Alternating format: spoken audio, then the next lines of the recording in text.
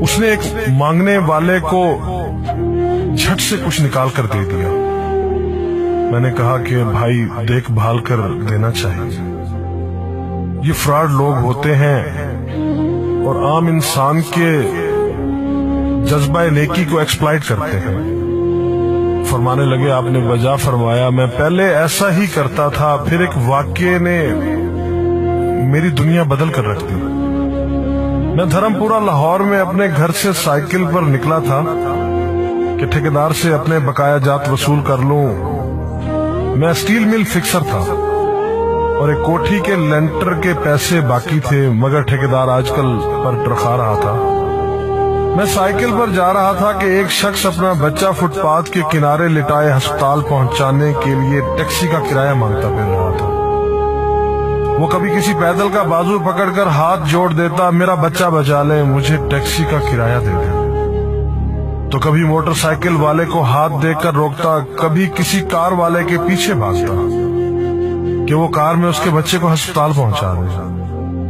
کوئی رکتا تو کوئی نہ رکتا، جو رکتا وہ بھی اسے گھور کر دیکھتا اور آپ والی سوچ کر اسے ڈانٹتا، کام کر کے کھانے کی نصیحت کرتا اور آگے نکل جاتا۔ میں جو سائیکل سائیڈ پر روک کے ایک پاؤں زمین پر ٹیک کے اس کا تماشا دیکھ رہا تھا، اچانک اس کی نظر مجھ پر بھی پڑی۔ اس نے میری سائیکل کا ہینڈل پکڑ لیا، بھائی جان خدا کے لیے میرے بچے کی زندگی بچا لیں، اس کو سخت بخار ہے، آپ نیچے اتر کر اس کو دیکھ تو لیں، آپ کو یقین آ جائے گا، آپ دیں گے تو شاید کسی اور کو بھی اعتبار آ جائے۔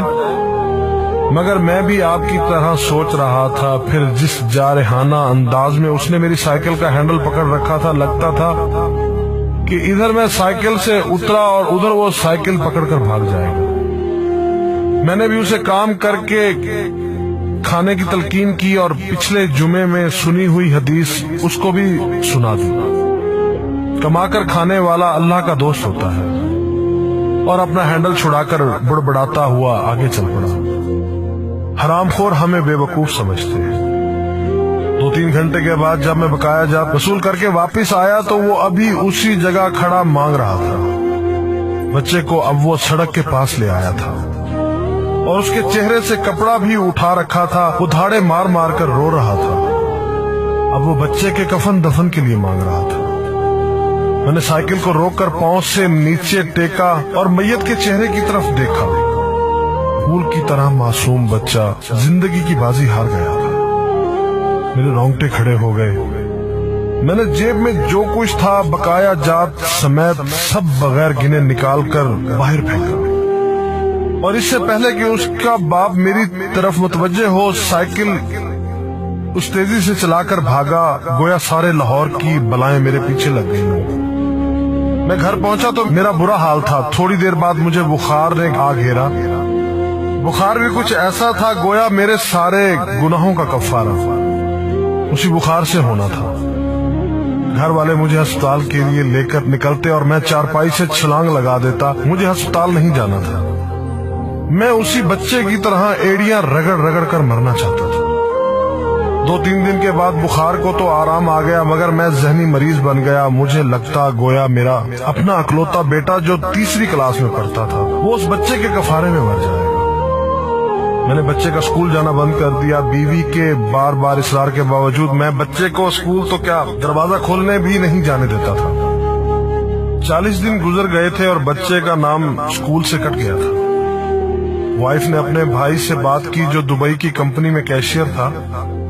اس نے مجھے باہر بلانے کے لیے پاسپورٹ بنانے کو کہا، مگر ایک تو میں شناختی کارڈ بھی پیسوں کے ساتھ نکال کر بچے کی میت پر پھینک آیا تھا، دوسرا میں خود بھی بچے کو اکیلا چھوڑ کر باہر نہیں جانا چاہتا تھا۔ وہ 40 دن قیامت کے 40 دن تھے۔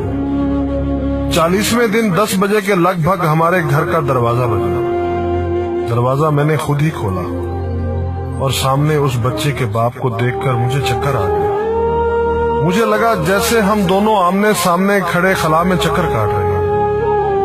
درمیان میں بچے کا چہرہ بھی آ جاتا۔ میری کیفیت سے بے خبر اس باپ نے مجھے دبوچ لیا اور پھوٹ پھوٹ کر رونا شروع کر دیا۔ وہ کچھ کہنے کی بجائے میری ٹھوڑی کو ہاتھ لگاتا اور اسے چوم لیتا، جبکہ میں پتھر کا بت بنے اس کی گرفت میں تھا کہ اچانک مجھے جھٹکا لگا اور میری چیخ کچھ اس طرح نکلی جیسے کسی کو پانی پیتے وقت اچھو لگ جاتا ہے اور پانی اس کے منہ اور ناک سے بہہ نکلتا ہے۔ میں اس بچے کے باپ کو سختی کے ساتھ سینے سے لگائے یوں رو رہا تھا گویا اس کا نہیں بلکہ میرا بچہ مر گیا ہے۔ ہمارے رونے سے گھبرا کر پورا محلہ اکٹھا ہو گیا تھا۔ آہستہ آہستہ 40 دنوں کا غبار نکلا، اس کو میں گھر میں لے کر آیا۔ محلے والے بھی آ گئے تھے جنہوں نے اس آدمی سے بہت افسوس کیا۔ کچھ دیر بعد اس نے اپنی جیب سے میرا شناختی کارڈ نکالا اور مجھے واپس کیا، پھر جیب میں ہاتھ ڈال کر کچھ پیسے نکالے اور میرا شکریہ ادا کر کے کہنے لگا کہ آپ کے پیسے بڑے برکت والے تھے، شاید آپ کے خلوص کی برکت تھی کہ میرے بہت سارے کام ہو گئے۔ سارے اخراجات کے بعد کچھ پیسے بچ گئے تھے، ان میں کچھ پیسے میں نے ادھار لے کر ڈالے ہیں، یہ آپ قبول کر لیجئے، باقی میں بہت جلد آپ کو واپس کر دوں گا۔ میں نے پیسے واپس لینے سے سختی کے ساتھ انکار کر دیا اور منت سماجت کر کے اسے پیسے رکھنے پر راضی کر دیا۔ اس کے بعد میں یہاں بطور اسٹیل فکسر آ گیا۔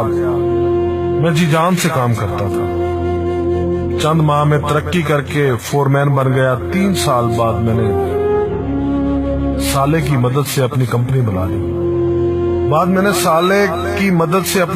بنا لی اور اس بچے کے والد کو بھی اپنی کمپنی میں بلا لیا۔ آج وہ میری کمپنی میں فورمین ہے۔ اس بچے کے بعد اللہ نے اس سے 2 بیٹوں اور 1 بیٹی سے نوازا ہے۔